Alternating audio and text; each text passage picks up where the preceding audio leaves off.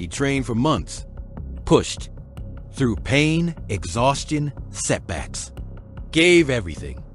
But in moments like this, it all slips away. Ever felt that? Like no matter how hard you train, something's still missing?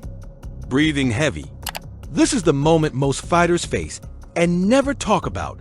The moment they realize it's not just about strength. It's not just about technique. There's something deeper that's holding them back. And until they fix it, no amount of training will get them where they want to be. This is the turning point. The elite figured it out, and now, so will you. It's time to train with clarity, not chaos. Let's begin. Imagine this. You've put in months of training. You've worked on your technique, your power, your endurance. You're strong, fast, and everything in your arsenal is built for victory. But then, when the fight begins and the pressure mounts, something goes wrong. You can feel it. The doubt creeps in. Your mind starts racing. Your emotions start taking over. And just like that, control slips from your hands. You see, emotional. Control is the first and most critical factor that most fighters overlook. It's the silent game changer. When you're in the heat of a fight, your body can only take you so far. But it's your mind that will either carry you to victory or destroy your chances. Emotions are powerful. In a fight, they're like a tidal wave, strong, overwhelming, and capable of completely shifting the course of the battle. Whether it's frustration, anger, fear, or panic, these emotions will cloud your judgment and derail your focus. And when your focus is gone, so is your chance to win. Think about it. When you get hit with a clean shot, when your legs start to feel heavy, when your energy dips, that's when it's hardest to stay calm. Most fighters, when they hit that moment, start scrambling. They push harder, try to make up for lost ground, and that's when they make mistakes.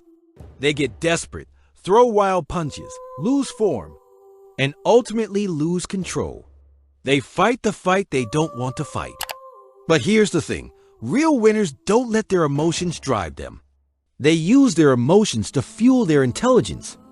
When you can control your emotional state, stay calm, breathe, and refocus, you can think clearly, make better decisions, and regain control of the fight. You stop reacting and start strategizing. You've probably seen it before. A fighter starts to get hit hard, and their game plan falls apart. It's not because they lack the skills or the power. It's because they've lost control of their mind. And when that happens, they're just a puppet in their opponent's hands. Here's the truth. Emotional control isn't just about staying calm. It's about mastering your emotions, understanding them, and using them as a tool to stay one step ahead. The moment you lose your head is the moment you lose the fight. Next time you're sparring or in a fight, notice the moments when your emotions start to take over. It's in those moments that you have the choice to either react like everyone else or to rise above it. Take a breath and refocus. You don't need to be perfect, but you do need to stay in control. Control your emotions or they will control you.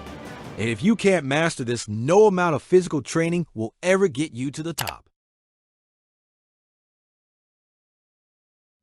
All right, let's talk about something even more subtle, but equally important: reading your opponent. You've probably heard the phrase, fight smart, not hard. But what does that really mean? It's all about understanding what your opponent is doing before they do it. It's about noticing the small details, the things they don't even realize they're giving away. Every fighter has patterns, tells, weaknesses that are visible if you know what to look for. The best fighters don't just react to what's happening in the ring, they anticipate it. Think of a chess match. The grandmasters don't just make random moves. They predict what the opponent will do next, then counter it before it even happens. In a fight, this is exactly what you need to do. Your body might be fast, but your mind needs to be faster. Can you read the slight hesitation before they throw a punch? Can you see the way they shift their weight before they move? These are the clues that will tell you exactly what's coming next. The difference between a great fighter and a good fighter is in the reading, understanding how the opponent is setting up their strikes or movements. The average fighter waits for something to happen, but the great fighter sees it coming and knows how to counter it. It's a game of prediction, strategy, and timing. If you can read your opponent's moves, you can control the tempo of the fight. Now, you might be thinking, how do I do this? The first step is awareness. Stop focusing only on your own moves and start observing your opponent. Watch for their tendencies, the little things they do under pressure. Does their breath change before they strike? Are their eyes darting when they're about to attack? These tiny details matter. They reveal their next move before it happens. Here's the catch. Most fighters miss these cues. They're too focused on themselves, too focused on executing their own game plan. But when you start paying attention to your opponent's body language and energy, you unlock a whole new layer of the fight. And this isn't something that can be taught in a few weeks or months. It takes experience. It's about becoming a student of human behavior. The best fighters are the ones who study not just technique, but the opponent's psychology. How? Do they react when you feint? How do they respond when you change the rhythm of the fight? The more you understand their mind, the more you can break them down. But, just like with emotional control, this takes time. You have to train your awareness. You have to be in the moment and fully engaged with the fight, not just focused on your punches, but on everything your opponent is doing. So start paying attention. The next time you spar or fight, focus on reading your opponent. Their body language, their eyes, their breath. When you start predicting their moves, you start controlling the fight. And that, my friend, is how you go from being reactive to being in command. We've already touched on some game-changing strategies, but there's a lot more to come. Before we dive deeper, I want to hear from you. What's the biggest challenge you face when it comes to reading your opponent? Drop your thoughts in the comments below. I'd love to know what's been working for you and where you think you need to improve. And hey, if you're enjoying this video so far, don't forget to hit that like button and subscribe to the channel for more strategies like this. We're just getting started, so make sure you don't miss the rest. Now, let's move on to the next chapter.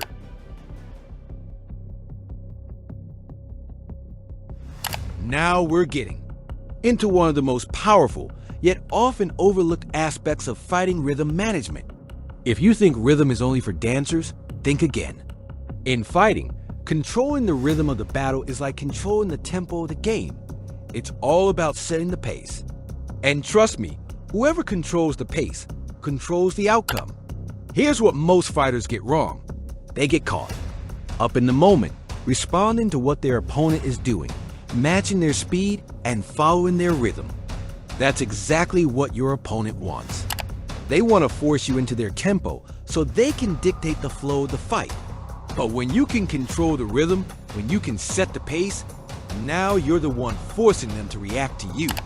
Think of a fight like a dance. The best dancers don't follow, they lead. They control the moves, the timing, and the space. It's the same with fighting. If you let your opponent take charge of the rhythm, you're playing into their game. But when you control the rhythm, you can slow things down when you need to, speed things up when they least expect it, and throw off your opponent's entire strategy. Here's the secret. The fight isn't just physical. It's a battle of energy and timing. If your opponent is aggressive and pushing the pace, they're using up a lot of energy. And if you can slow them down, they'll tire out faster. If your opponent is waiting, you control the tempo by keeping them on the defensive, forcing them to move, to think. And that's when you strike. Control the rhythm. Set the pace. When you do that, you can see what's coming next. You can tell when they're about to make a move because you've already established the tempo of the fight. You make them react to you. And that's the true advantage. Don't let your opponent dictate the rhythm. Slow it down when you need to recover. Speed it up when you need to pressure them. Know when to give them a false sense of security, and then explode. The ability to control rhythm is what separates the fighters who are just good from the fighters who are elite. If you want to move to the next level, mastering the rhythm is non-negotiable. Next time you're in the cage or sparring, think about the rhythm. Are you just reacting, or are you leading the dance? Control the tempo, and you control the fight. Now we're diving into one of the most crucial skills that many fighters ignore, the ability to adapt. You've probably been there, right? You come into the fight with a solid game plan, but something happens. Maybe your opponent has a better reach than you thought. Maybe they're faster, or maybe they're more durable than you anticipated. Suddenly, that perfect game plan is falling apart. But here's the key to breaking through. It's not about sticking rigidly to your initial strategy. It's about being flexible. You've got to be able to change your approach on the fly. The best fighters aren't the ones with the most perfect plans. They're the ones who can pivot, who can switch gears when things aren't working, and keep their opponents guessing. Think about it. How often have you seen fighters stick to one strategy, even when it's clearly not working? They keep throwing the same punches, using the same footwork, and all they're doing is walking into their opponent's traps. But the smart fighter, the elite fighter, they see when their plan is failing, and they adjust. They're not afraid to throw something unexpected, change their stance, or switch their timing. Adaptability isn't just about being able to change. Your strategy, it's about recognizing when it's time to change. You've got to have the mental flexibility to accept that not every fight goes as planned. Some things are out of your control. And when that happens, you've got to be ready to roll with the punches and make quick adjustments. This isn't about being perfect. It's about being resourceful.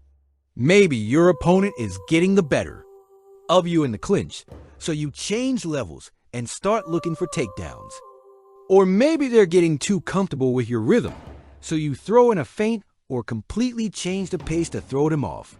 The key is to stay calm, recognize the shift, and then make your move. Adaptation is a muscle, just like any other skill. You don't get good at it overnight. It takes time, practice, and a willingness to evolve. The difference between a fighter who wins and one who loses is often that split second where one of them realizes, I need to change my approach. The other fighter is too stuck in their plan to even notice. The real winner is the one who adjusts, who sees when things are slipping and knows exactly what to do to turn the tide. So, the next time you're in a tough spot in training or in a fight, ask yourself, can you adapt?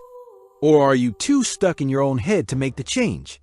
The ability to adapt is what makes the difference between being good and being unstoppable. The true secret to winning: fight smarter, not harder. So, after everything we've talked about, what's the real secret to winning fights? You've probably realized by now that it's not just about how fast you are or how hard you can hit. It's not just about having the perfect technique or the strongest body. No, the true difference between average fighters and the elite is something far more powerful, something invisible. It's your mind. It's the way you control your emotions, the way you read your opponent, how you manage the rhythm of the fight, and how quickly you adapt when things aren't going your way. These invisible factors are what separate the winners from everyone else. You can have all the strength and technique in the world, but if you don't know how to control your emotions when the pressure's on, if you can't read the signs your opponent is giving you, if you're stuck in your rhythm and can't adapt when it matters, then you'll never reach your full potential. It's the intelligence of the fight, the mental game, that truly determines who wins. The best fighters don't just rely on their bodies. They rely on their minds. They understand their own emotions. They anticipate their opponent's moves. They control the tempo of the fight, and they adapt faster than anyone else.